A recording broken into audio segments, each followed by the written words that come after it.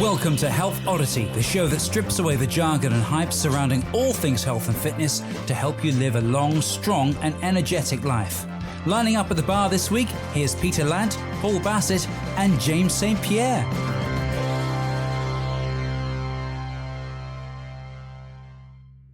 Hello and welcome to the Health Oddity podcast. This is episode 85, I think. Is it, James? Yes, it's 85. I can never remember.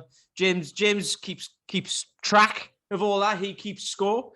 So yeah, we're continuing our run of guests this week, our run of fantastic guests, and we've got a cracking one lined up in a minute. But before we get there, I will say hello and introduce you to the usual suspects. Let's go to James first because his internet's working. How are you doing, James? Very good, thank you. Very, very good. This is I'm looking forward to this today. It's going to be like catching up with an old friend, which is lovely. And I told a few people in the gym, Nikki, who Pom knows. Giving it away. Nikki, who knows our guest, and Steph, and I said who was on today, and then Nikki said, "Oh, I love him so much. He's so lovely." So I said, "Oh, well, I'll say hello." So yeah, that's our guest today. I'm looking forward to this. You've got a little insight into who it is then. I don't say lovely, I say it's sickening. It's bloody sickening, to be honest. And we'll go on about that in a minute anyway. Right. Paul, anyway, how are you doing? Well, I'm fine. I'm not going to go into any details of my day. I don't need to. You don't want to depress everyone, no? I know. I think we should start a new podcast like Grumpy Middle-Aged Men or something like that. Yeah. No. I've got a great idea, Paul. What you should do is tell everyone exactly how your day's gone in a very, very short sentence, and it'll make everyone feel better because it's not them. Well, my elevator pitch. Yeah, exactly. Yeah. No. You think it's bad for you? Here's how bad it could be. Well, often it's my own fault. So I know. Yeah. Oh well, there you go. At least you're here. So that's good. At least, yeah. The pity party, basically. Yeah. Anyway, moving on from the pity party. He's frozen again. Anyway. Yeah. So this guest I've known. Well, it's Mr. Pom Tutt is the guy who we have on today. I've known Pom for about 7 years or something. I think I met you at Strength Matters first. I can't remember.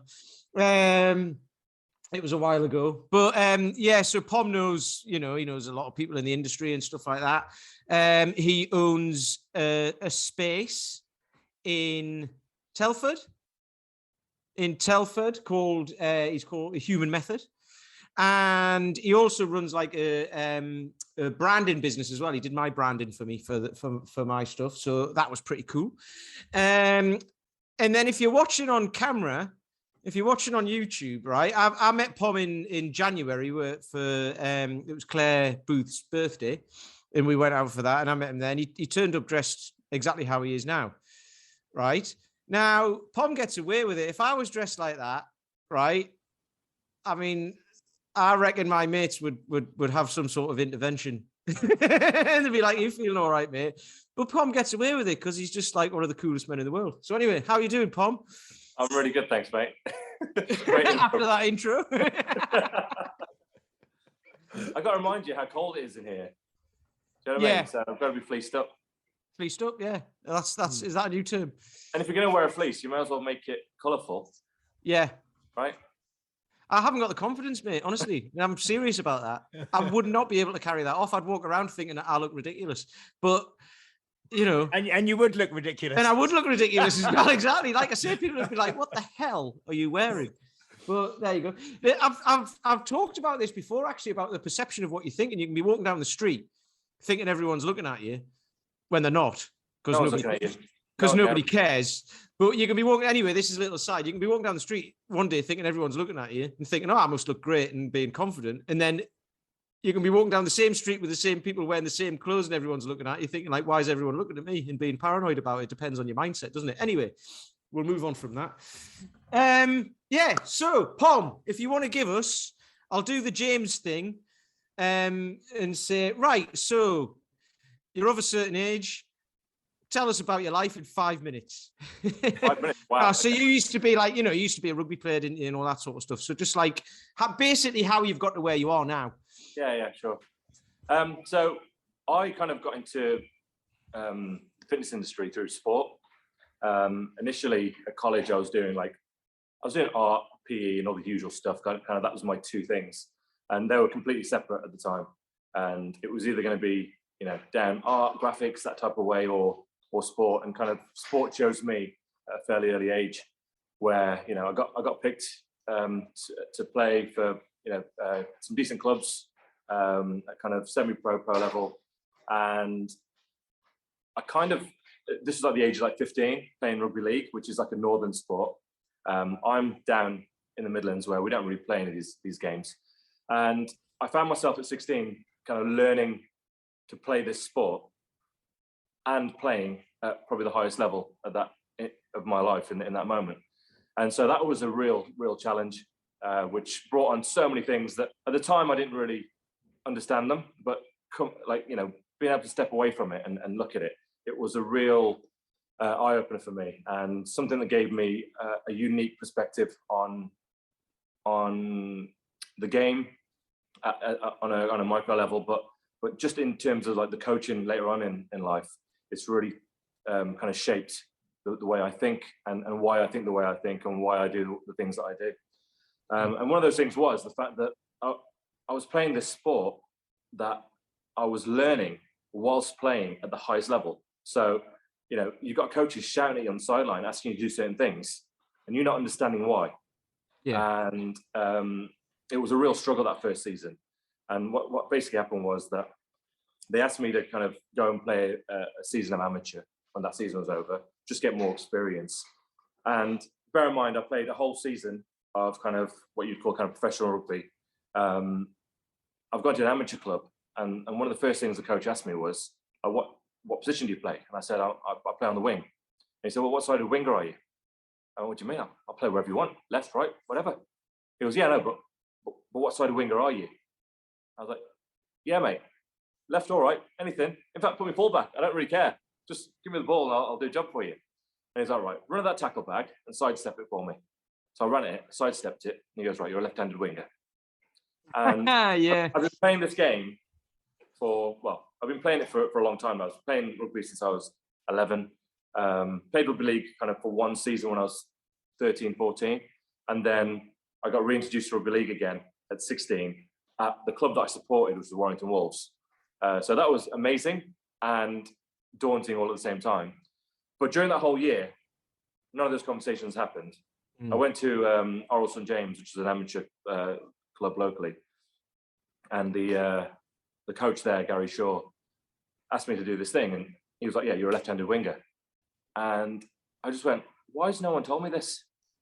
Right? So that whole season was him nurturing me, asking me questions, teaching me all these things that I wasn't being taught through the general coaching that I was getting. And was he teaching you, or was he asking you the questions to draw out of you? Because you run it that bag and then you do the thing, and then he's like, okay, you've answered his question and your own question as well. Absolutely. It was my first real experience of like really good coaching, and in sport, I'd call it like player management, right?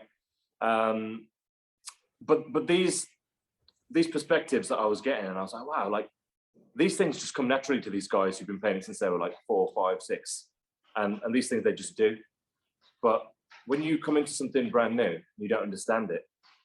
The level at which you have to explain what this thing is and how to do it and why it's important was just a game changer for me. So when I transitioned into fitness, that was really prevalent in my mind, because I was now coaching people with the perspective that most PTs at that age, 18, 19, 20 years old, don't have, which is this person knows absolutely nothing. So I really need to understand them first and be able to give them what they need by asking the right questions. So I was kind of doing these things by accident as well. Like I didn't know what I was doing. I just went off of my experiences. So I went from kind of the rugby to the fitness stuff, which took me into, coaching, then I went a step further and started coaching coaches, doing like level 3 PT courses and things like that, teaching on them. And then that kind of led into doing more kind of mentoring type things with other PTs. Nowadays, I kind of work with visionary coaches who I would say struggle to find their place in the industry. They're kind of, they're stuck, they're frustrated because they don't really understand kind of where they fit. And they have these thoughts and these beliefs, but the fitness industry is putting out the complete opposite things. So they feel pressured to put out whatever's going out by these people who are in the industry, and their message gets lost. And so like my kind of what I do now really is I help these coaches kind of find their way, you know, and navigate that space of kind of uncertainty. And this is a space where I kind of occupy quite a lot, actually. It's my kind of world. It's that kind of space in between. I've never really been full on into like one thing. I've always been in this transition. And that transition for me is that kind of space of growth. You know, it's like, this is who I am. This is who I want to be. And I've always wanted to step into that next thing before I finish the first thing. And sorry about that. And one of the issues that I've kind of come up against is that I always thought that was an issue. I thought it was a problem that I was kind of moving forward, and I never kind of finished the thing before.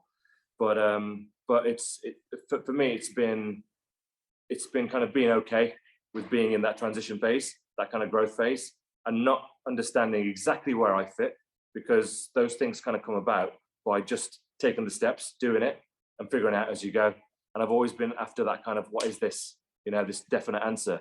And it's almost like that whole, you know, the goal type thing, you know, I want to hit that goal. And unless I hit that goal, I haven't achieved it. Well, it's actually the journey during that thing. And I find that it's not that I never have anything. It's never that I don't hit that goal. It's just that because I'm so focused on the process, by the time I get to that goal, that's not the goal anymore. The next thing is. Yeah. So I used to see this thing of being like, you know, I was a rugby player, I was in fitness, and then I went to branding, which seemed completely different. But actually, it wasn't at all. It was just the next thing for me, because when I went all the way back to the start of my story, you know, my kind of my fork in the road was sport and some kind of design work, art, design, expression, you know, that kind of stuff. And that's kind of what I'm bringing into this. And when I do look back through my whole story, that expression was in everything that I did. It was in my rugby. Yeah. It was in the way I coached, and that goes for everyone. You know, they all have that within them, but they probably wouldn't identify that as being a thing that they have. Well, I mean, you obviously did my. I'll ask you a question in a second, but you obviously did my branding for us, and we realized together that my dad he did marquetry, which is like, you know, pictures with wood veneers, and he did a marquetry swallow for our living room like 40 years ago, and that's now my logo, because it's been with me for 40 years and I didn't even realize. And it's the bird of freedom and freedom through movement and all of this sort of, it just meant everything, and it all ties in. It was amazing. I didn't even realize it. That's been in my mum's house now, but like in that living room for 40 years, and I didn't even like. It's meant that much, and I didn't realize. But anyway, so that was great. So Pom brought that out in me. But yeah, so that's the question. How do you go around bringing out of people their identity? So this will be good for listeners who are looking for coaches who aren't quite sure, you know, because they might want to get fitter, stronger, and healthier, but they don't know what sort of method they want to use, how they're going to do it. There's lots of different ways of doing it. There's lots of gyms out there. There's lots of things, and there's lots of things on social media saying you should do it this way and you shouldn't do it that way.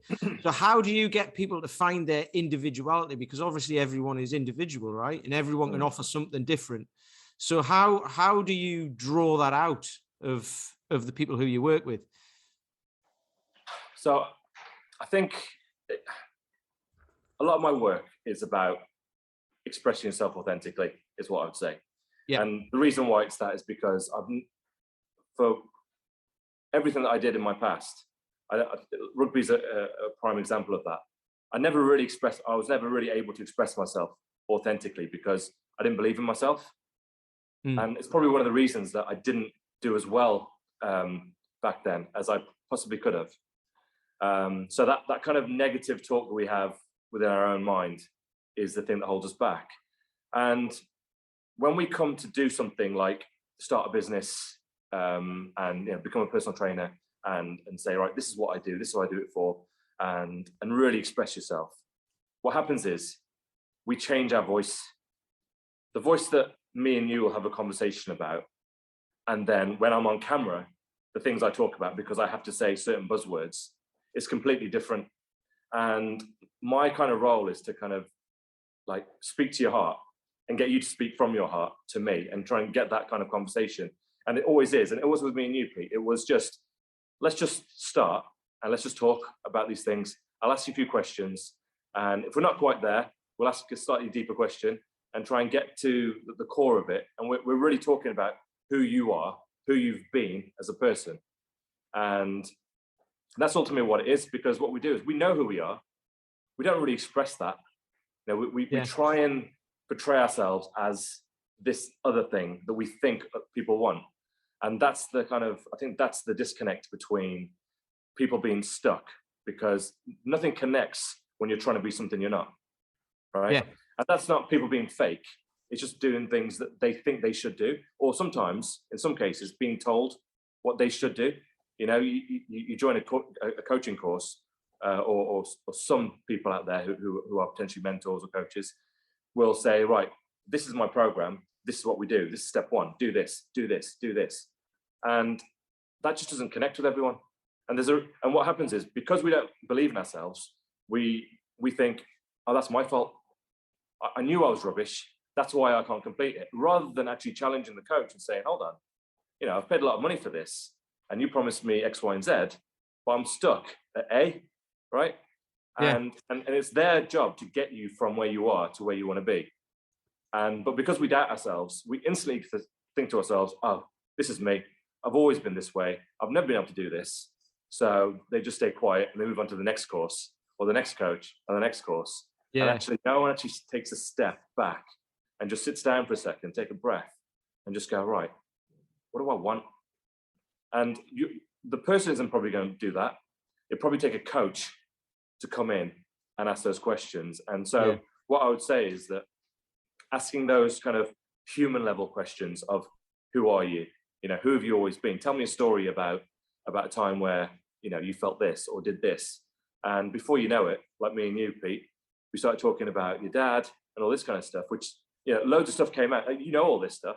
And it was funny because as we were doing it, you were laughing because you were saying, I know all this.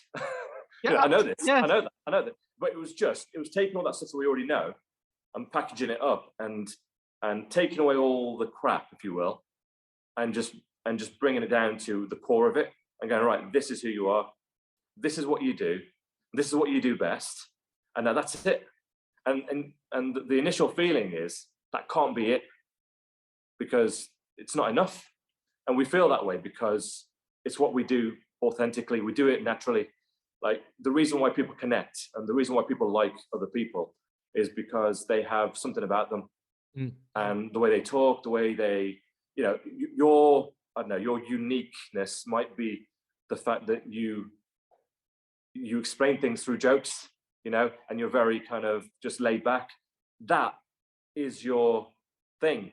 But no one would ever think to market the fact that you're a funny guy, right? But Yeah. as soon as you dive into that, that's when the magic happens. This is interesting because like the conversations, but honestly, we were on, we were talking over Zoom, weren't we, when we were doing this? We were on the like. I'd be saying to Sean, because this was over lockdown as well, wasn't it? I'd be saying to Sean, I've got to go and talk to Pom. She was like, right, I'll see you in about 4 hours then, because we'd just be on literally, honestly, for 4 hours, not talking as well, just thinking. A lot of it was you just sitting there not even looking at the screen, just sitting like this, and I'm like, oh right, okay, I've got to think about this. And this has just reminded me of the Dave Whitley podcast, because I was going to say this is really hard to do, like think deeply about yourself and everything, but actually it's not, because Dave Whitley would say, don't say that because that makes it hard, because you think that. It isn't hard to do. You've just got to think about it deeply.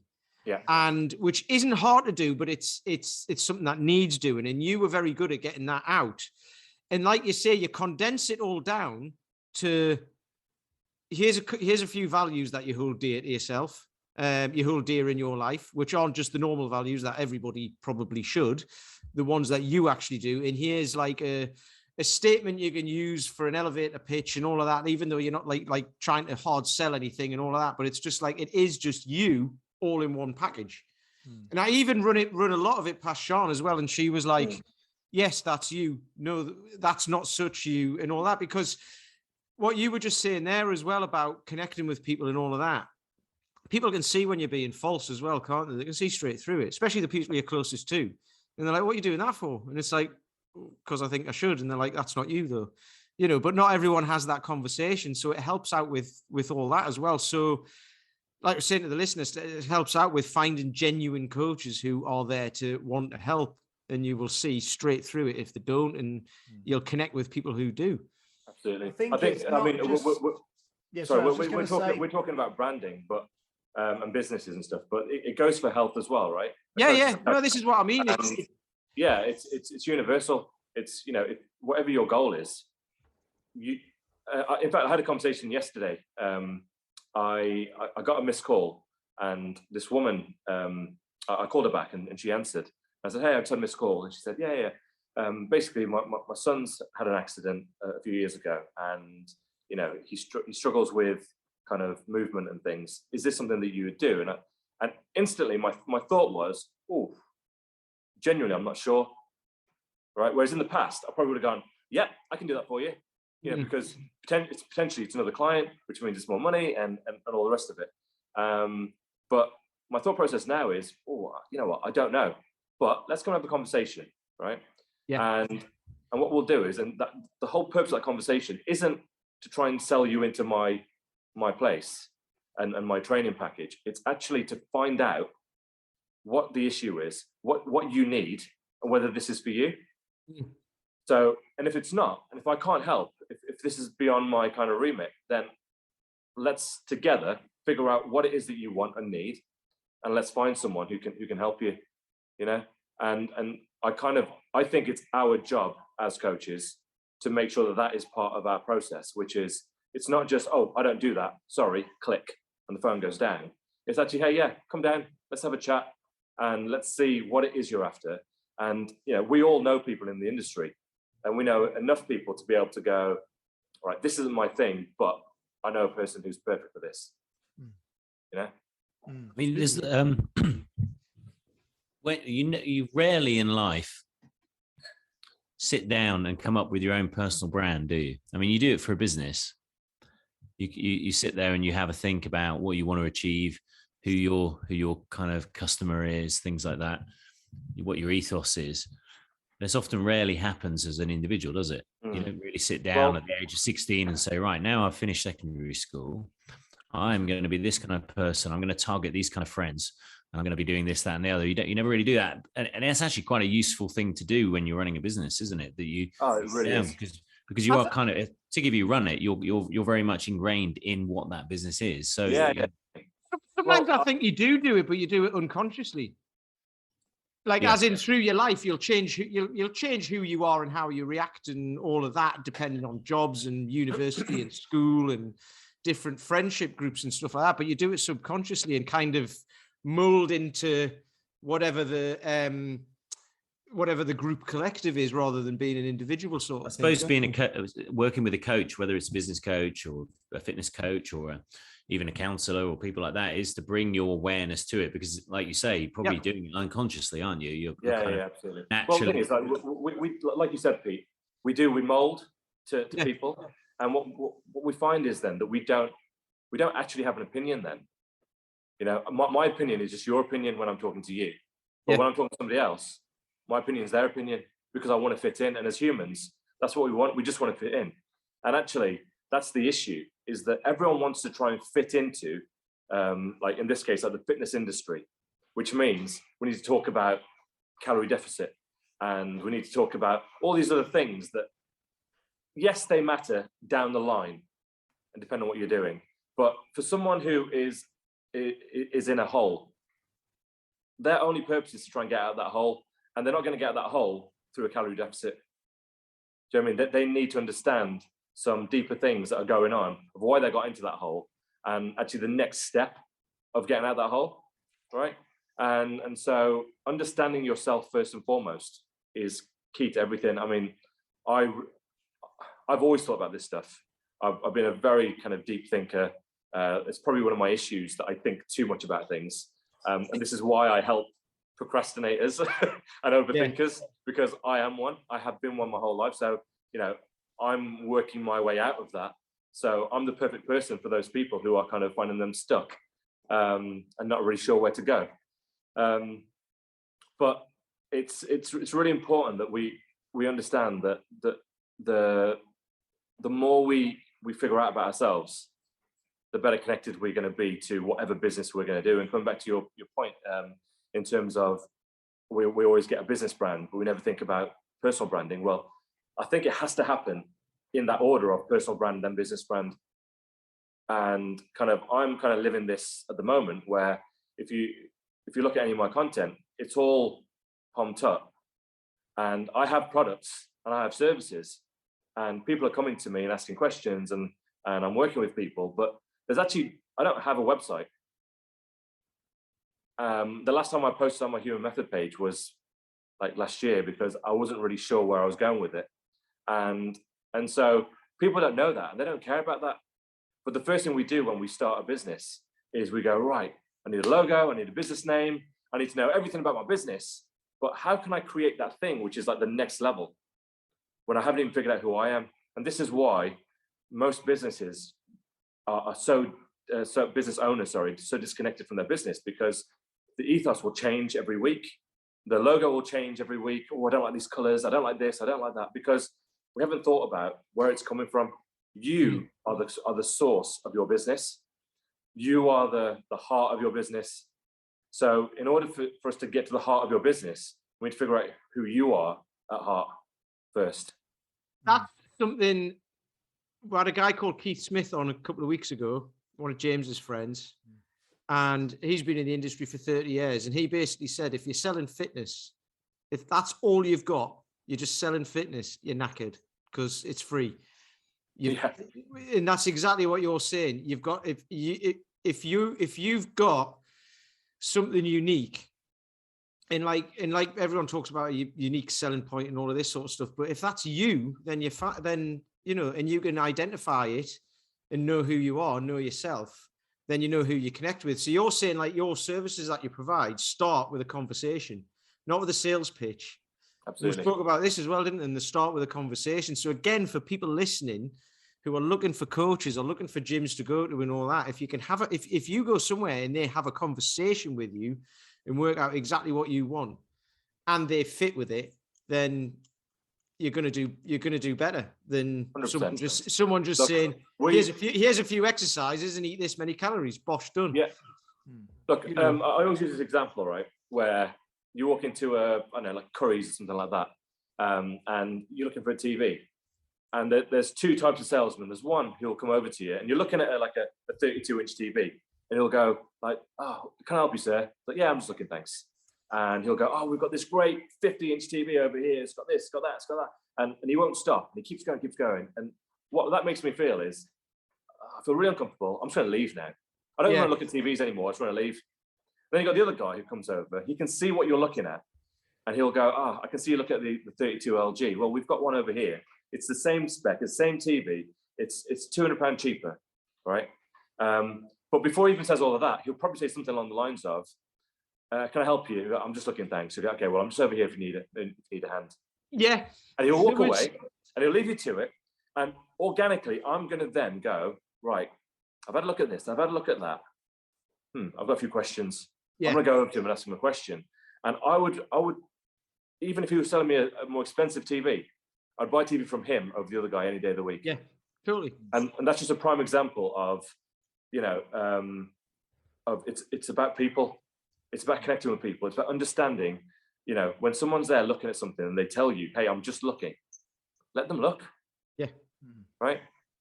And then guide them in the best way you feel that you can. Yeah, and it's all right to walk away as well if you're not comfortable. It's actually, you know what, it's without going like deeper into it, like with the sales kind of process, and we talked about this at the beginning about kind of being desperate and stuff. Like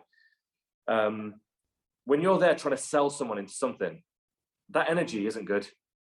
You know, when you're trying to get someone in, a bit like that conversation I said that I had with that woman. It's going to be a lot more enticing for her to hear me say, hey, let's have a conversation about what the next steps are for you, whether that is with me or potentially with someone else, than going, hey, yeah, come in and we'll have a chat about what we're going to do next. Because then she's like, oh, I haven't even decided I'm doing anything with you yet. Do you know what I mean? So none of you lock your doors until they sign up then? I'm outside, mate. Mine are automatic lock. As soon as they walk in, yeah. I was thinking a couple of things that you've said so far. I've got a couple of questions, really. I know we've been speaking for a little bit already, but the first question, I'll try and do them in order, try and remember them, was when you first went as this young 16-year-old to this big kind of professional rugby league club, and they didn't address the basics and the fundamentals with you. Is that because there's a kind of a certain degree, and I think that relating it to training as well, I think there's kind of a degree of assumed knowledge that when you're involved in something a lot, that everyone knows this. So you're at this big professional club as a young guy who presumably you've been plucked and put there because someone saw natural kind of innate ability in you and not necessarily the greatest understanding of the game or the greatest technique or whatever. So do you think that's why those fundamentals were never really discussed with you, because they thought, well, you're at this place, you must know what you're doing? I think so. And I think, you know, when we're talking about fundamentals, I'm going so like down to the deep foundations, like underneath the ground, not even surface level. I'm going below, because what I needed and what I got at the amateur clubs was understanding even how to beat a player, right? And I had this. I did it. I've always said this. I've always kind of, whatever I've done in life, I've done it backwards. I've always been able to do the stuff. Never really understood why. And then kind of through coaching, I've gone, that makes sense now. I do that anyway, but now I understand why I'm doing it, right? And that's kind of helped me as well through my coaching, because I do it backwards. I understand what it's like not to understand what it is you're doing or explain it. So when I understand it, when I go off and I'm doing these things and then I go and learn about it, I feel like the perspective that I have on it is completely different to most people. And that's what I bring to any coaching environment that I'm entered in, which is, you know, we might even go through a step-by-step approach to learning a particular movement or whatever it is. But I will stop at a certain point and go, wow, we've missed something here. And it's kind of like shifting the perspective to over here and going, we missed these little things. And it's the things between the transitions. So it's going like, well, this is stage 1, this is stage 2, this is stage 3. But it's not the stages themselves. They're being coached really well. But it's actually understanding that there's a transition, there's a space between those stages. And it's that isn't being taught sometimes. And so to be able to kind of I imagine it like, you know, you've got these like steps, like 1, 2, 3, 4, 5, and then you go and zoom in to between steps 1 and 2, and there's another 10 steps. You know what I mean? You zoom in again, and there's another steps between those steps, and it's like it's going like really, really kind of like micro into those smaller steps and breaking it down for people, and that's when you get real deep understanding of what you're doing. You just made me, as a kid. Yeah, you just made me think about, you know, the in Pumping Iron with Arnold and Franco Columbo, when they're learning their posing, and everyone knows the kind of the set poses that you do, but then they went to a ballet teacher to teach them to flow in between the poses and and you see like Arnold and Franco Columbo, where the ballet teacher knows, right, you've got to hit this pose, then this pose, but how do you get from this pose to this pose? Absolutely. You flow with finesse and you kind of move in gracefully, and that's how the posing really came out. No, that's fantastic. And then I had another question for you, Bob. Sorry, was when Pete was talking about how most people don't. First of all, he said it's difficult. Then he said it's not really difficult, but to dig deeply within yourself and to understand things. I think it's not necessarily difficult, but it's uncomfortable, isn't it? Or it's unusual for people to do, because we were talking before we press record, weren't we, about phones and constant distraction and constantly being distracted and entertained and needing constant feedback and stimulation. And when you actually do, like you did with Pete, and you were with him for like 4 hours, and half of that 4 hours was possibly just in silence and just thinking, and then just drawing the odd thing out. And I think it's very uncomfortable for most people, isn't it? So that's probably why people never really delve deeply into themselves, really, and just live a life of distraction, constantly just going from one thing to the next. Yeah, 100%. I think it's a really good point, actually, because something that I've been really, really aware of as I've gone through my coaching journey, and you start asking more questions. This year, actually, I set myself a task that in any coaching situation that I get myself into, I'm not going to give any opinions or give any kind of guidance in any way, shape, or form. But whenever I feel the need to say, oh, I've got an answer for this, I know what you should do next, is to stop and think, how can I get them to tell me that? Right. So it's, and I implore you guys to do it. Right. If you don't, I'm sure you guys already do something like this, but make it like maybe this week, kind of go away and go, right, don't tell anyone anything, and just ask another question, and ask another question, ask another question, ask another question. And there's two things happen. One, it's really, really difficult and uncomfortable for us as coaches, because you're there and you have to think. And what I found was that I used to have to, I was really uncomfortable in the silences. I've got very used to being comfortable in those silences, but I used to want to fill it, and just fill it and fill it and fill it, and just keep talking, keep talking, keep talking. And actually now I'm okay with going, give me a second. And actually thinking in real time. I was about to say, it doesn't really work well on a podcast. It doesn't. But I used to feel like that was a weakness, because it's like, if I don't know, I can't be a professional. I've got to know all the answers, and everything they ask, I've got to give an answer to, like this. And actually now I will stop and I'll think. And sometimes I'll sit there, I'll think for like as long as it takes for me to think of that next question and go, okay. And it's not always the right question. I'll just go, okay, let's try this one. And by asking those wrong questions, I'll go, no, that's not the question. This is the question. And it'll lead me to the right question that will kind of bring up the conversation that we need to get to. But the point here was that asking people questions is challenging. Like I said, that's from the coach's perspective. But when you're being asked a question that you don't know, there's a few things that happen here. And like with the guys, all of us guys here, if we start asking these questions to each other, we'd be okay with it, because we've been in this world for long enough. But when you ask someone who hasn't had any real coaching a question about themselves, about their business, and they don't really have an answer that they can just go like that and give you an answer for it, that's almost quite threatening. And they feel like they almost feel stupid, that they should know, but they don't know. So they start rambling about stuff, or they'll go, I don't know, and they'll panic. And what I kind of want from people, and what I try and explain to people is when I ask them a question is, first of all, and it comes back to that kind of breaking it down into micro steps, is going, okay, look, when I ask you a question, I'm not trying to trip you up. I want you to think. That doesn't mean you've got the answer or you know the answer. It's when I ask you the question, all I want you to do is at least think about the question and think about whether you know the answer. And sometimes you might come up with something. Other times you might go, oh, I don't know. But I'd rather them have a considered I don't know, rather than a panicked, oh, I don't know. You know, within a second, I haven't finished my question yet. And they're going into panic mode and go, I don't know this, I don't know, right? I just want them to take a second. There's no pressure. I'm asking you a question. Have a second, have two, take a couple of minutes if you need it, answer the question or think about it and give me your answer, whether it's I don't know or whatever. I'm okay with I don't know, as long as it's thought out, as long as you've taken a second to think about it.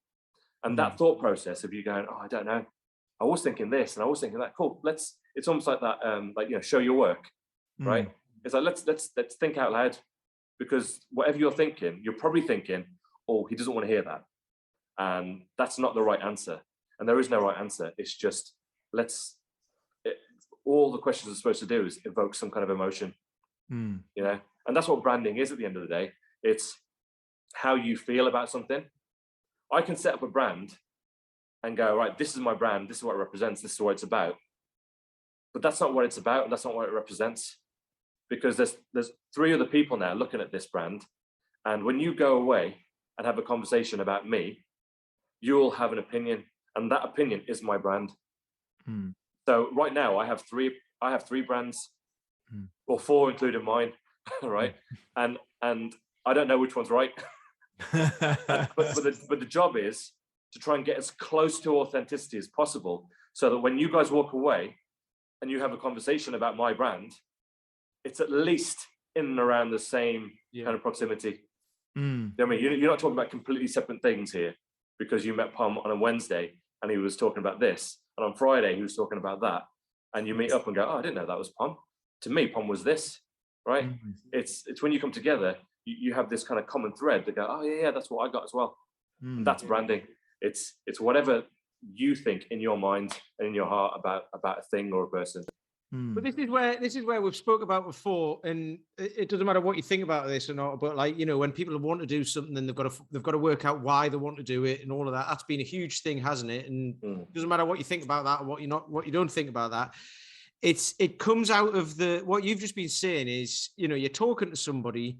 They sometimes want to answer your like you haven't always got the right questions, but you certainly haven't always got the right answers, because you're not them. They've got the answers within themselves somewhere, and it's your job as a coach, or it's you've got to try and draw those answers out. And that's the conversation, isn't it? But a conversation doesn't have to be back and forth, back and forth. It can be question and then sit and think for 10 minutes. And you're still, because you'll be having that conversation in your head, right? And like you say, the person might be sitting there going, well, this is what Pom wants to hear. That is a conversation, but that's not an authentic conversation, because you're then trying to second guess another person rather than just being authentic and saying, right, this is the conversation I need to have, and the answer is in there somewhere. And getting people to realize that once you can do that, and not like kind of do it at will and stuff. And I spoke about this yesterday, because I've been speaking to someone on the DMs on Instagram who I know, who's like, I don't know why I'm doing what I'm doing anymore, and I'm not sure whether I want to, and all of this. And I was like, well, just have a think about it, have a chat about it. And I had a chat with him about it and said a few things of what I go through that as well, and this is what I think about it, and what do you think? And then he came back like the next day with, I'm quite comfortable actually. I've had a think about it. He started listening to the podcast from the beginning as well, which was really good. So it was, you already know the answer, don't you, within yourself? It's just exploring it. And like you say, most people are distracted and they don't even look for it. You just go, I don't know, and move on. Absolutely. Yeah. I think when it comes to those questions as well, because people get panicked, it's our job to kind of just calm them down and reassure them that, look, you know the answers, right? Yeah. Just take your time. And what happens is we always go and we try and go for this complex thing that we think we don't know. So we're searching for this thing like externally. What was it? Something over here. Actually, it's all here, and it's really simple. And sometimes you're there going, you know this. No, that's too much. You're on step 3 or 4. Come down a step. All the answers are on level 1, right? That's how simple these questions are. But we skip it, and because we skip it in our minds, we skip it in our tasks. We skip it when we need to do the next business thing or the next fitness thing. We think, I want to lose weight. I need that program that's £3,000. Not, hold on, before I join that program, what can I do for myself? Maybe drink some water, maybe go for a walk. I can do this every day and have disproportionate results from just doing those things. And then when I'm doing those basic things, and now I'm getting a bit stuck, now I don't know what training to do. And I don't really know how to manage my diary. I don't know how to X, Y, and Z. that's when you can go, okay, cool, now I'm ready for a coach, you know. And we want to jump to the magic pill. And what happens is, the reason why people don't take action on those things, like the amount of people who will buy a program. I bought P90X once, right? It's still, I know where it is. It's in a box. The cellophane is still on the box. Yeah. I never even opened it, right? But I needed the thing because of great marketing. I was like, yeah, that's it. That's the answer. And they always put those adverts on at like 11 o'clock at night. Yeah. 2 o'clock in the morning. I was like, 1 o'clock in the morning, right? There's a and deal you're on sitting there after only today. drinks or feeling bad about yourself. Wasn't there? Do you ever remember that guy Jeff Sokol? Oh Yeah. He was one of those guys that it actually worked for, because didn't he buy a kettlebell in a moment where he was heavily depressed and he ended up turning his life around? He bought Kettler size, I think. Yeah. He was in his living room after drinking whiskey, and he was ready to shoot himself, wasn't he, or something? And then he saw Kettler size video, and that's completely turned him around. James has met him. Yeah. I was going to say, it's really James will have a picture with him. If he brings a book out, James will have a signed copy. I've got a picture with him, yeah. No, what I was going to say was, it's really interesting that you mentioned him, because I mentioned him with a client this morning. And I said, we've got to reach out and get him on the podcast. But that's really amazing, that because he's putting a lot of stuff out at the moment, good stuff. And yeah, Jeff, is one of those people who got introduced to kettlebells through one of these information products on, network TV in America, and bought a DVD and I think he started with like a 4 kilo pink or orange little plastic kettlebell, and then he's gone into, what he does now. Yeah, so that's fantastic. He's another one who, like we've just been talking about, he lives well, it looks like he does on social media and everything, because I've not met him, James has, but he lives his authentic life, doesn't he? And that's what he does. And that's what he's done for the last, however long I've been following, for the last 8 or 9 years or whatever. That's what he's been doing. And he's been doing it and doing it and doing it and doing it. And he knows exactly why. And he knows himself. So yeah, that's like what we've just been talking about.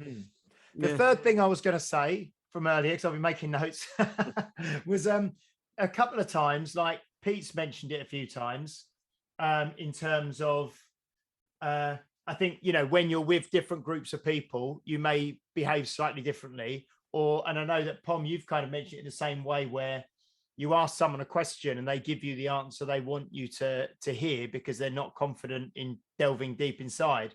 I was listening to a Dan John podcast, I think it was only yesterday, and he said something about his mum, who used to say, it was either integrity or authenticity, I can't remember the word he used, but it's being the same person no matter who you're talking to, or no matter who you're with. So, you're the same person, whether you're talking with work colleagues, whether you're talking to,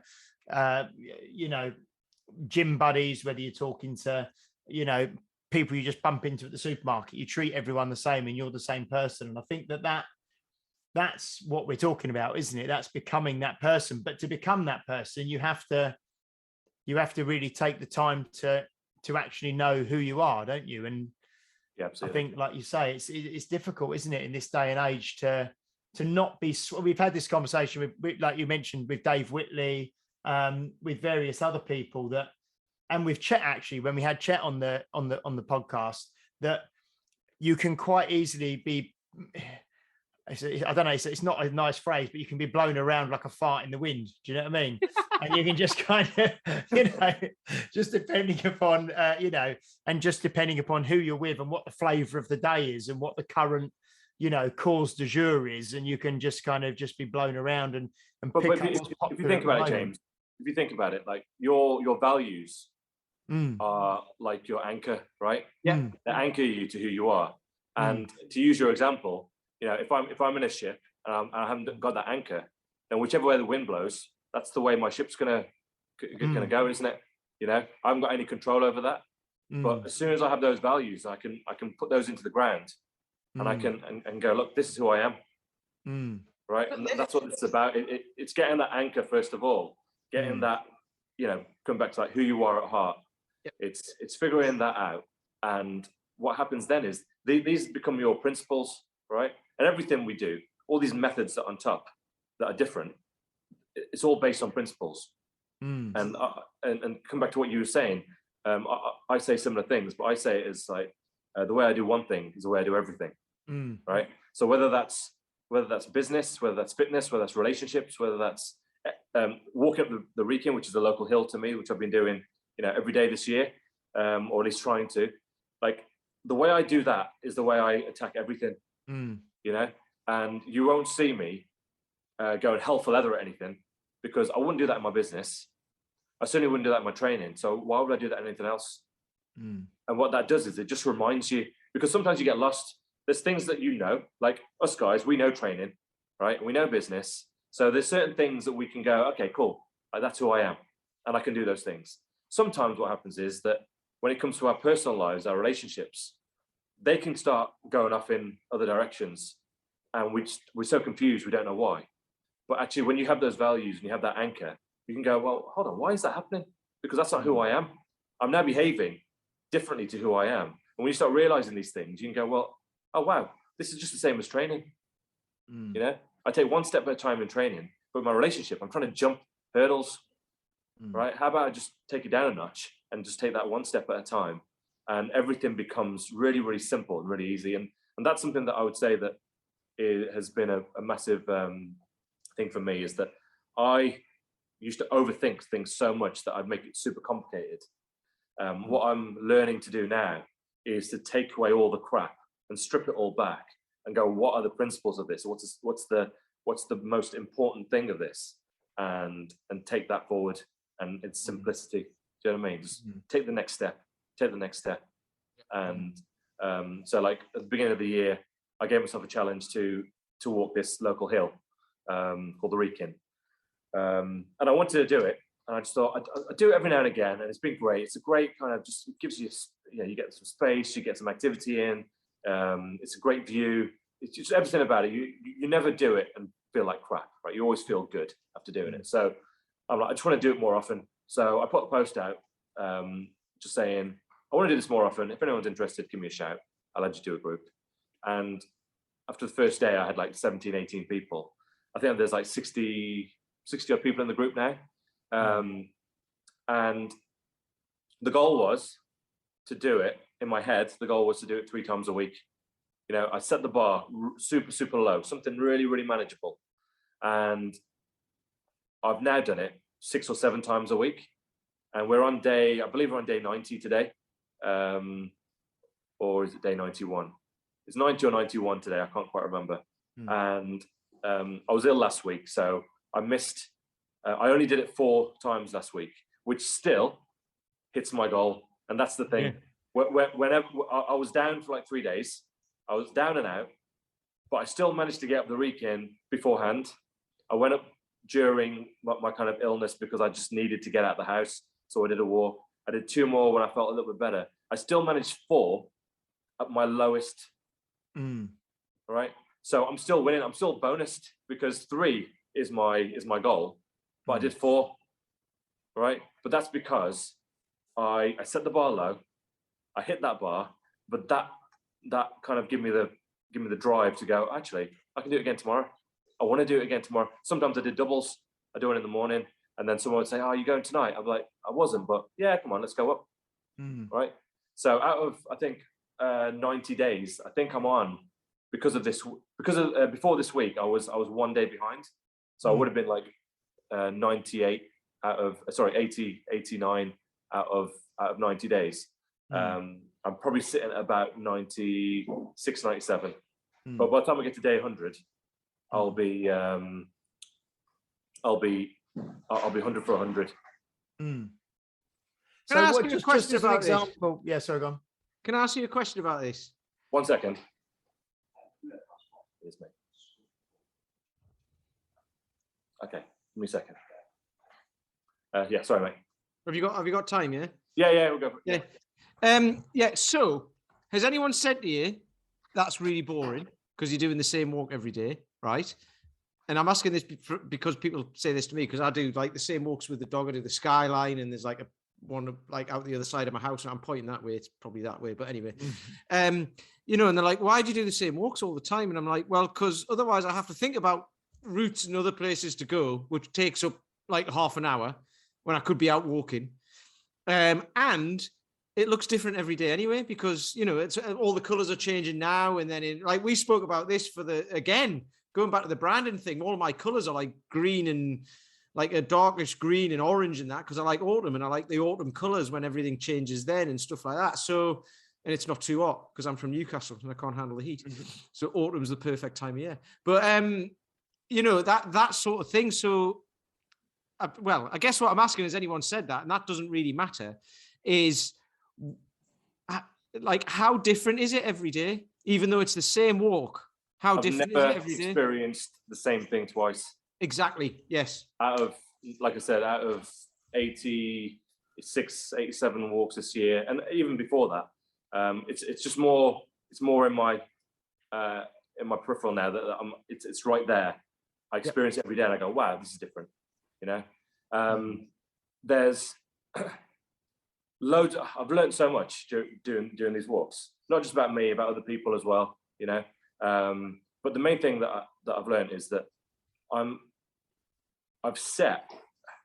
I never understood this. What I'm realizing about everything that I do, even with my fitness, with the business, everything. What I'm actually after isn't the things I think I'm after. I'm after rhythm. Yeah. What it gives me is rhythm.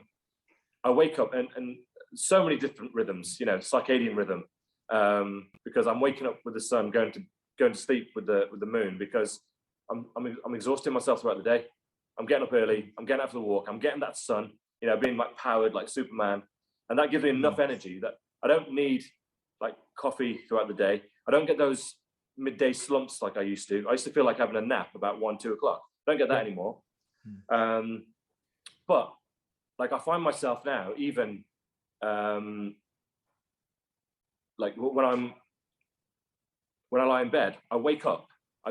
All I do is I pull the covers over, I swing my legs out of bed, put my trainers on, have a glass of water. I don't brush my teeth or anything, right? I just put my clothes on and I'm out the door. Glad you said put your clothes on, because you said I put my trainers on and I thought you were going to say that. I'd be like, whoa. What kind of a club is this? But like, I just take any barriers away. And that was early on. I took any barriers away that would get in my way, just to get out there, because it was horrible. When I first started, obviously, 1st of Jan, weather was horrendous. Do you know what I mean? Like, you don't want to go out, but it was a thing that I said, you know, and the only reason I went to start was because I set this group and I said, hey guys, I'm doing a walk at 7 a.m. And I didn't check if someone had said they're coming or not, because that would mean if they're not, I've got a way out, so I don't have to go. So I wouldn't even check. I would just rock up. And to date, I think I've only done one walk on my own. And that was the one where I decided to do it at 5:30 in the morning, and no one turned up for some reason. But yeah, there's always been at least one person on these walks. And so how long does this walk take you every day? Just quick, because I've got no idea about the wrecking. So it's like I said, it's a local hill. It takes about 30 to 40 minutes at a nice steady pace. Next time you're down, James, I'll take you up. I think you'll enjoy it. So it's about, I've done it in like 20 now, just walking, and just keeping it at like a really hard pace. But that's because I've done it just nice and steady for so many days. I thought, oh, you know what, I'm going to test it today. And I won't test it again for another, I don't know, 3-4 months probably, if I even do test it, because there's no point. I've got no aspirations to do it any faster. It's just the fact of doing it. And then it's about, all in all, with other people, it probably takes about an hour. And then sometimes what you can do is you can go over the top and down the back and do a slightly longer route, and that'll take about an hour and a half. But there's loads of routes, so you can make it last as long or as little as you want. But the main track is, I would say, 30 minutes up and then a nice amble down, 30 minutes down. So it's an hour all in. Yeah, so it's a nice kind of average of an hour a day out of your day just to go and that sounds lovely. Yeah. Oh, mate, it's brilliant. And like I said, I mean, the view every single time. Like this morning, for instance. I mean, last night it snowed. This morning it was freezing cold, but the view today was absolutely stunning. Absolutely stunning. And just that just sets you up for the day. You know, it's a perfect setup for the day. And you get everything you need. You get fresh air, you get the sunlight, you've done a lot of activity. And it is, you know, there's some steep parts to it. So it's not just a stroll. There are some steep bits that make you go, oh, you know, this is quite taxing. And so when Pete messaged me last week, it was actually the first time I said it, Pete. I know. I didn't say it, I typed it. And he was like, "Oh, great." And I was telling him about this. I was like, yeah, I'm doing this thing every day. It's brilliant. And he was like, "All you need now is a spaniel." And I was like, "Yeah, that's next on the list." And I said, and then I said this thing that I've been thinking in my head for a few weeks. I hadn't really said it out loud. And the first time I actually shared it with anyone was with Pete. And it's that I'm thinking about doing like, they call it Everesting, right? So Everesting the Wrekin, which is doing the Wrekin for the as many times as it needs until you get the height of Everest, which in this case is 37 times. And so, yeah, so that'll, if it takes an hour, nice steady walk, it's going to be up and down. It's going to be 37 hours because there's going to be like non-stop. It's going to be without sleep and all that kind of stuff. So a lot of training is going to go in. This is going to be, I'm planning this for next year. So yeah, so it's so like I said, it's a bit of a secret, only because I didn't want to put pressure on myself, but it's kind of out now, isn't it? So I've got to do it. Oh, that's amazing. That's absolutely fantastic. And if you can get, like some of the guys and girls who have been walking with you to date, and maybe even if they don't want to do the whole thing, but they can join you for a couple of hours throughout that 37 hours. What the plan was to kind of like have a few slots. Yeah. You can kind of just like sign up for a couple of slots, and just maybe have like 3 people at a time and have that throughout. Because then you'll be having different conversations the whole time. You'll be meeting different people. Sure. Yeah. But yeah, so at the moment it's just that kind of thinking process. I'm just kind of going, okay, cool. You only do it once and you get down to the bottom and you go, right, that's one of 37. Oh God. Through experience of doing stuff like this, when you're doing it once, you're going to be tired at the end. If you say, right, I'm going to do it 3 times, twice will be easy. The 3rd one will be tiring. If you say, I'm going to do it 5 times, you'll do it 4 times, no problem. The 5th one will be tiring. It's already in your head how many you're going to do, isn't it? So if you're saying I'm doing 37 of these, you'll do 10 of them, no problem.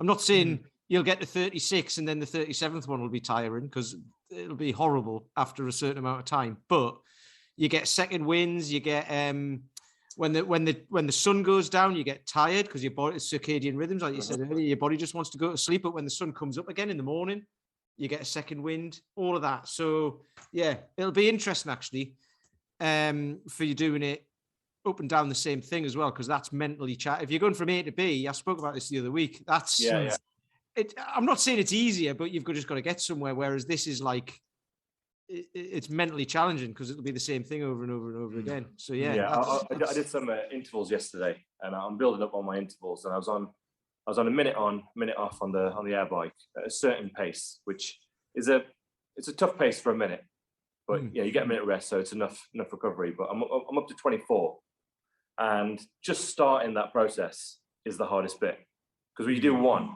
and you go, right, that's 1 of 24, then you can see the numbers. And you feel exhausted at like 5, and you look, you go, oh my God, is that it? And so it's going to be that. I'm training myself for that already, because it's going to be this more than my legs or anything else. It's going to be the head game that's going to get me through that. I think it's really interesting because what Pete asked when he said, has anyone asked you if you get bored or if it's boring? I was just thinking actually the way when you were saying that, when you were talking about your experience of doing it every day and with different people, and I think a lot of people use the again, it might be that we're all hyper stimulated and overstimulated all the time nowadays, but I think a lot of people use I'm going to use the term excuse of, I find it boring, or I find exercise boring, or I get bored, as a very easy get out from actually doing things. Because I can honestly say that as an adult, I don't think I've ever been bored. I was just trying to think actually if I've been bored, and I don't think I've ever been bored. I don't think I get bored, because I've always got stuff to do, and I'm always doing stuff, and I'm always thinking about stuff, or I'm reading or whatever. And like you say, walking up and down the same hill 37 times, it's very easy to say, oh, I couldn't do that, it'd be too boring for me. Or even just when we train, like the three of us guys do stuff with Paul McElroy, and it's like today I've had to do, 10 sets of deadlifts, 10 sets of squats, 10 sets of bench press. People, and it's just been the same exercises for the last 21 weeks, but people might say, oh, that's too boring. But it's not actually that it's boring. It's probably that you just don't want to do it. You know what I mean? In some ways, I think you have to kind of, and you have to challenge yourself. Plus, I'm reading Viktor Frankl's Man's Search for Meaning about being in Auschwitz, and what his mind had to do when you're in a concentration camp. And it's about what you do with your mind to make life not boring, isn't it? I mean, I think people don't quite, especially when it comes to health and fitness. And I think in business as well, in some respects, especially nowadays, because you can get anything with a click of a finger. If you want food, you just pop to the shop and there it is, ready made. You just go, got it. Bring me my food. Exactly. And what people, we're being sold these 12-week programs and stuff, that can get these results. But the problem with these programs is that 12 weeks isn't enough to learn anything, right? Yes, you'll do something on day one, and then you'll progress on day two, and progress and progress and progress. But progression is like in a narrow chamber like this. But learning happens when it's stretched out, when you do those things over and over and over and over and over again. And that's the boring part of doing something over and over again, like the same thing over and over and over, even saying it over and over. I'm getting bored of saying it, right? It's like because it's that monotonous. It's just, but that's the thing. To be good at anything, you have to practice it day in, day out until you can do it without thinking, and you're autonomous, right? And that's what movement is. And what we're trying to do when it comes to health training is and strength training, all these kind of things, is to get people to practice these movements so much that when they are in real life, they don't have to think about going, oh, what do I need to brace this and do this, and they just do it because that's just how you move as a human, right? And so because there's so many things about do this, and it's variety, and day one we do this, and day two we do this, and we get it done really, really quickly. Like people want those quick results, but what happens is that they haven't learned anything. So they might get a result of some sort, but it's lost as soon as they stop because they haven't actually learned anything. And this is why I feel like it's, this is about learning. And when we come into any kind of fitness endeavor, it's not about what do I need to do to get to X. It's what do I need to learn? What do I need to get good at to be able to make that thing more manageable? So I want to get good at walking a lot, right? I want to get good at mentally going through these challenges of these kind of endurance-based things. So I'm not an endurance athlete. I'm a sprinter, right? My thing ends in 10 seconds. That's it. But that's why I go all out. That's why I'm good at strength, because it's like one lift, bosh, done, I'm out of here. But if I had to do that 100 times, that's challenging, right? I don't do cardio. I don't with music. I don't walk up the Wrekin with anything in my. People go, oh yeah, I get out there on the hill and I put my headphones in and listen to a podcast or something like that. I don't do that because that's distraction. I'm not learning to be with myself and understand and feel that inner voice saying, you can't do this. Just stop. Just stop. It's too hard. You can't do another one. And in my head, I read a book called Endure. And it was about, have you read it? It's about I can't even remember who it's by now. It was a long time ago. It was about kind of breaking the 4-minute barrier, the mile and stuff like that. And how no one had ever done it. As soon as one person did it, like everyone started to do it. And it's that kind of mental block of, because you've never done it before and you get tired, you just stop and you go, oh, this is impossible. And someone does it, you go, oh, it is possible. So you just do it. And part of that is that inner voice going, right, I'm running, my legs are going, okay? And now I say to myself, oh, I'm tired. But hold on, my legs are still moving, right? And I started doing this when I was reading this book. I remember doing some like mile runs and 3-4 mile runs. I remember getting to that point that I'd normally get to, and I'd say I'm tired, and I'd slow down, or I'd stop and walk, and then I'd start running again. And I thought, hold on, your legs are still moving, so you're not actually tired yet, are you? And I literally kept saying this in my head where every time I said I'm tired, I'd go, "Well, you're not though, because your leg's still moving."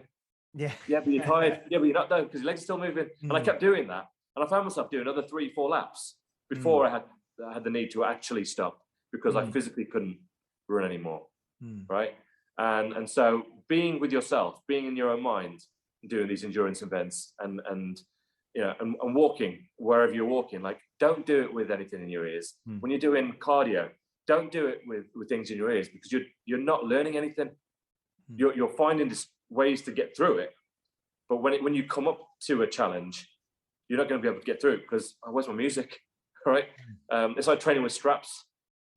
Yeah. It's like, let's train your grip. If your grip is your weakest point in a deadlift, well, let's train that. Let's train the deadlift at the point at which it's your arms that give out and not your glutes or your lower back or your hamstrings, and get that strong so that your grip catches up with all these big muscles. And now we're on now we actually know what true strength you have, right? And I think it's just being, again, all of this comes down to awareness of yourself, but you have to listen. You've got to listen to what that inner voice. You've got to listen to your body. You got to listen to these things that are happening and not ignore them, and not just go, oh, forget that. It's actually listen to it and go, what are you saying? What are you telling me? I think that, like you said, it's about learning. And I think that really it's the way you explained it there, and what was going through my head is that it's about learning about yourself, isn't it? That's what it's about. It's not even necessarily learning a particular skill or a particular technique or a particular method. It's about learning about yourself. And it's only when you have to do something that that's why I think this easy way out of, I find it boring. It's like anything. People who say, oh, don't read, I find it boring, I get distracted, or whatever it is, it's actually being alone with yourself for a long period of time and actually getting to really know what you're made of, really. And that builds confidence. It's I love the not having the headphones whenever I walk or run or do anything like that. I just like going outside. I don't want headphones in my ear. I want to be able to hear my surroundings. I want to be able to. You're breathing as well, right? One with my own. I do based on my breathing. Yeah. So when I walk up the Wrekin now, I close my mouth and I try and do it. I mean, when there's other people, we're talking and stuff, but on my own, nasal breathing, and I can gauge whether I'm going too fast if I feel the need to open my mouth.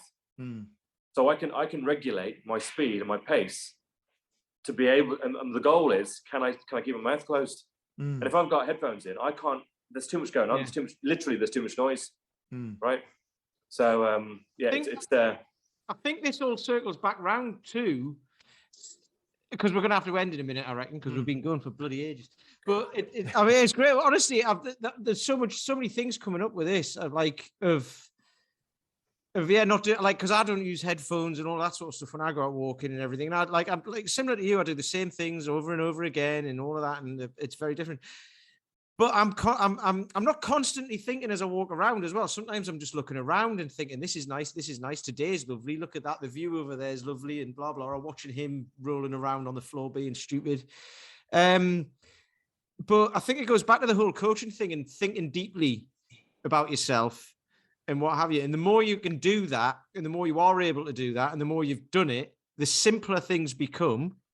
Because like you say, you take it from all these things down to your core values, which you can anchor in the ground and then say, is how I'm living my life and what I'm doing, is it in line with that? Or is it now moving away from it and being drifted away? So I can either bring it back or I need to change my values. And all of this goes with doing these things over and over again, right? So like you say, if you're walking up and down the same thing, like James said, people can use it as an excuse or procrastination, say, to go, I'm going to go for a walk, but I'm going to find a new route. And then you end up not going, like I say, or you do go, but it takes up more of your time. And then you go, well, I haven't got time to do that. It takes bloody ages. It's like, well, just do the same one then. So, and then when you can do that, you've thought deeply enough to be able to do it without any distraction as well. So it all fits together. It's amazing how it all fits together.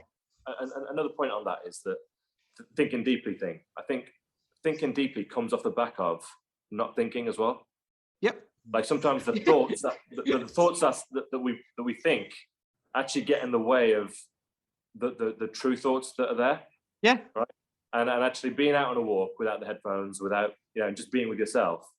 And, those points where you're not thinking, you are thinking, right? But it's the thoughts that you need. That's the deeper stuff that's coming out. And I always find that when I'm on my own, driving's a great one, because when I'm driving long distances, that's when I have these great ideas. I'm like, oh, God. And sometimes I'll pull over and I'll write something down, or I'll record a voice note or something, because that's when you're not thinking, when you haven't got the stresses of the work. That's flow, isn't it? That's what everyone's after, is that flow. The flow comes from like taking the steps and getting out there and doing it.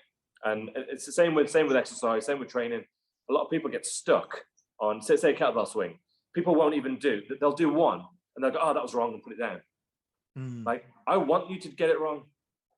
Get it wrong a gazillion times. Because when you get it right, only then will you know that you've got it right, because you felt how it feels to get it wrong, right? Yeah. But people are scared to get things wrong. They're scared to make mistakes in business. Oh, I can't put this out because it doesn't really reflect who I am. It's okay. It's the best version we've got so far. So put that out, and then you'll rewrite it, and you'll do it again, and it'll be better, and it'll be better. And it comes back to that whole, version 1 is better than version none, right? So it's whatever it is, just take the step, take the imperfect step. Whether it's, I don't know what to do with this business. Well, just start, right? Just start, do something, have some conversations, right? I don't know what to do with training. Just start, get out and walk. Again, have some conversations, because they all lead to something, right? And so it's motion, it's that activity, it's getting moving is the key. And yes, I'm talking about taking a step back and figuring out purpose and figuring out values and vision, and your voice and all this kind of stuff that I work with people on. Absolutely. But those things come from having done something in the first place. You've got to be moving to be able to figure those things out. You can't do it stationary. Because if you haven't done something, you've never, so as an example, if I'm working with, like when me and you work together, Pete, if you hadn't had any clients and you hadn't done any work already, it'd be a lot more challenging to figure those things out, because you've never been in the coach environment.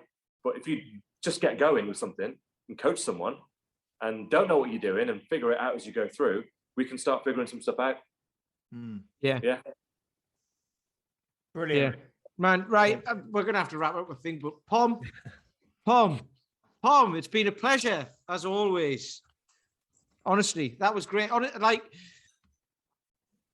could go, we'll do this with everybody. So we could go on about this all for a week. We could just sit and talk for a week and have a kip here and there.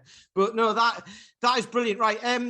We've got we didn't ask Kelly this last week, but we've got a question. I don't usually like it when podcasts do this. We've got a question that we ask the guest every week. The same question, but this is slightly different. It's about book recommendations. So can you recommend 2 or 3 books? You've already recommended Endure. So the reason why we do this is because we get asked a lot of questions from listeners saying, what books were mentioned in that podcast, blah, blah, blah, blah. So, and then people have asked we've got a Facebook group as well. If you're not in it, there'll be a link to it in here. But people ask, what books can you recommend to help with all of this stuff? And what podcasts do you listen to help with all this stuff, apart from this one, obviously? So yeah, have you got 2 or 3 book recommendations that you would suggest? Yeah, so obviously I mentioned Endure for that particular thing that we talked about. Second one, I would say, I'm trying to think of the book that has had a massive impact. Watership Down had a massive impact on me, if that helps, but in the wrong way. Anything by Bernadette Jiwa. Bernadette. Yes, I know who you mean. Yeah, I think they're brilliant. And when it comes to simplicity, you can't get them. I've got a few of those, so I'll be able to put those in the group. Literally anything by her. And what was it? I just had another one in my head and it's just gone. One that I talk about a lot.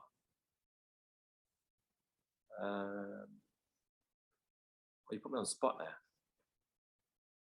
Why don't we go to Paul to give a final thought, or if he's got any final things to say, and then we'll come back to you, Pom.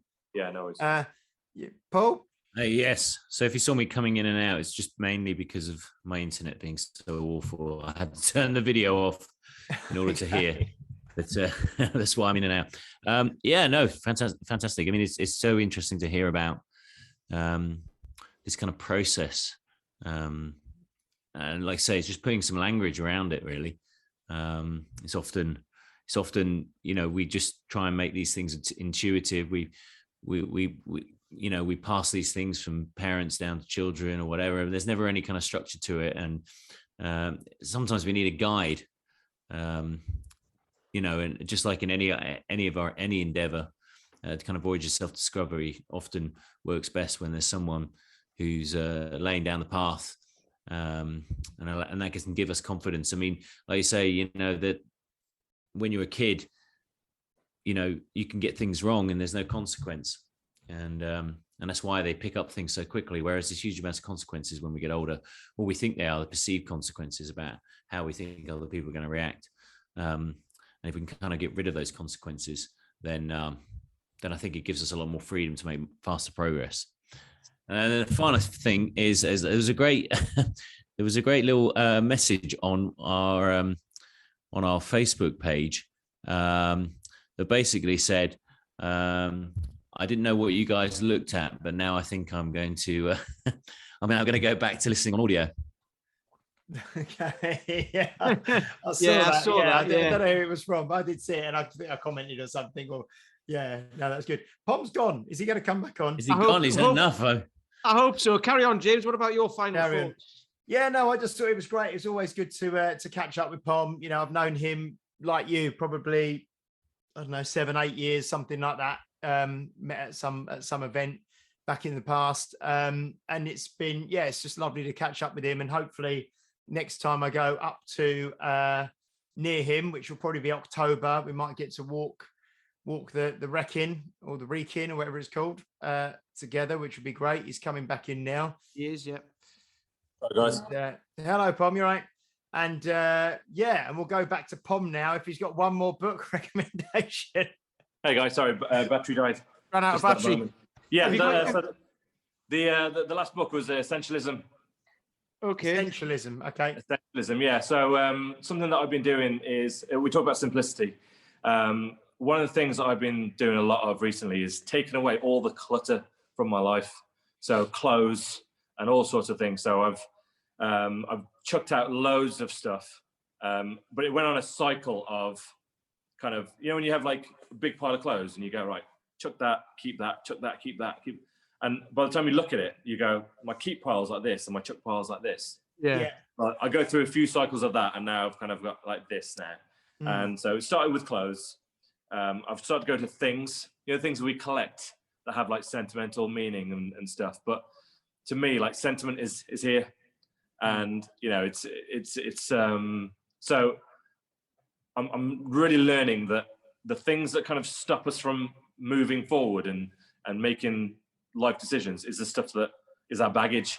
And we can talk about baggage, like we can talk about it in so many different ways, but like the actual stuff we have is just as powerful as the baggage that we have in our hearts and in our heads. So the book is very, very simple, obviously, and you can transfer it over anything. And massive impact over the past couple of years in my life, for sure. Definitely, that's cool. No, thanks for that, Pom. And also, if people want to find you, where can they find you? Like social media? You haven't got a website, you said. Yeah, so you can't do that. Facebook is Pom Tutt.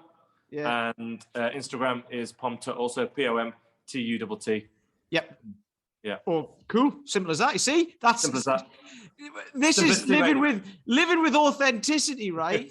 Like most people, you'll ask them and they go, I'm here, I'm all over this. And you're like, right, Facebook, Instagram, done. Wallop, there you go. If you want anything, if you want a conversation, that's where we'll go. So yeah. So no, thanks for that, Pom. That was great. So thanks to you guys as well, our listeners. Obviously, without you, we would do this, but we wouldn't be talking to anybody, would we? So thanks for listening. If you want to Like, share, tell your friends about this episode or any previous episodes. Like I said, I mentioned somebody earlier who started listening from the very beginning, and he's already said he's had a lot of insights into kind of self-development and his own training and all of that sort of stuff. So, we have got this is what episode 85 was said. So we've got a long back catalogue of amazing guests. So yeah, go back and listen to all of those as well. Share with your friends if you think it'll help anybody. Comment to us on Facebook, on the page, or in the group, which you can go into. All the book recommendations will be in there as well. Yes, thanks for listening. We appreciate you all, and we'll be back next week with somebody or not. I don't even know if we've got anyone lined up for next week. But there you go. I'm not as organized as James, but that's me. That's my authentic self. Anyway, James, thanks for coming. Paul, thanks for coming. Pom, great to see you again. Thanks for having me, guys. Yeah. We'll see you on the next one. Bye, Pom. See you later. Cheers, See you later, guys. Bye. You've been listening to Health Odyssey with Peter Lant, Paul Bassett, and James St. Pierre. To get your regular fix of hype-free health, you can subscribe and leave a review wherever you get your favorite podcasts. You can find out more on today's and other topics at healthodyssey.com or find us on Facebook or Instagram by searching for Health Odyssey.